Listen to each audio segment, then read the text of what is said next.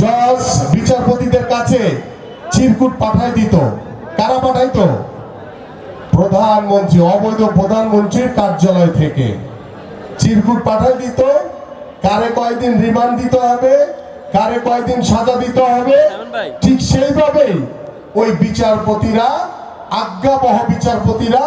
আজ্ঞাবহ জজরা আমাদেরকে সাজা দিয়েছে, আমাদেরকে রিমান্ড দিয়েছে, আমাদের উপরে জুলুম করার সেই নির্দেশনা সেই বিচারপতিরা দিয়েছিল।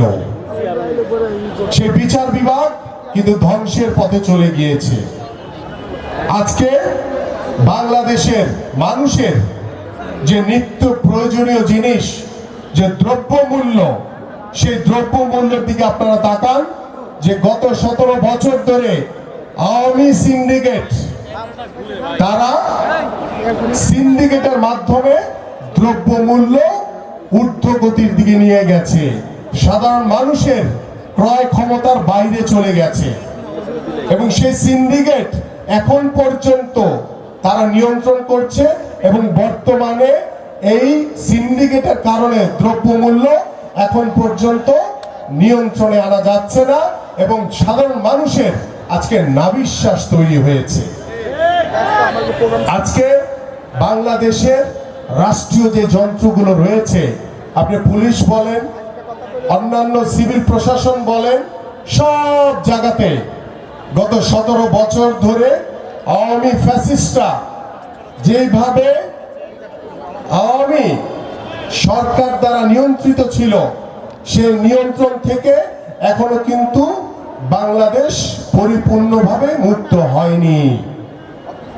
কিন্তু আমরা এই 5ই আগস্টের পরে যে অন্তর্বর্তীকালীন সরকারকে বাংলাদেশের মানুষ সমর্থন দিয়েছে, বাংলাদেশ জাতীয়তাবাদী দলের নেতৃবৃন্দরা সমর্থন দিয়েছে, সেই সমর্থনকে আমরা এখন পর্যন্ত তাদের কাছ থেকে যেটা প্রত্যাশা করেছি, যেটা আশা করেছি যে তারা দ্রুত সময়ের ভিতরে এই যে আওয়ামী যে সিন্ডিকেট, আওয়ামী প্রেতাত্মারা বিভিন্ন জায়গায় এখনো তারা বসে আছে, আনাচে কানাচে চলাফেরা করছে, বিভিন্ন ভাবে বাংলাদেশে একটি অস্থিতিশীলতা তৈরি করার জন্য ষড়যন্ত্র করে যাচ্ছে।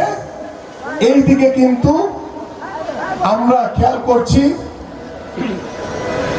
যে অন্তর্বর্তীকালীন সরকার অনেক ধীর গতিতে আগাচ্ছে, কিন্তু আমাদের দরকার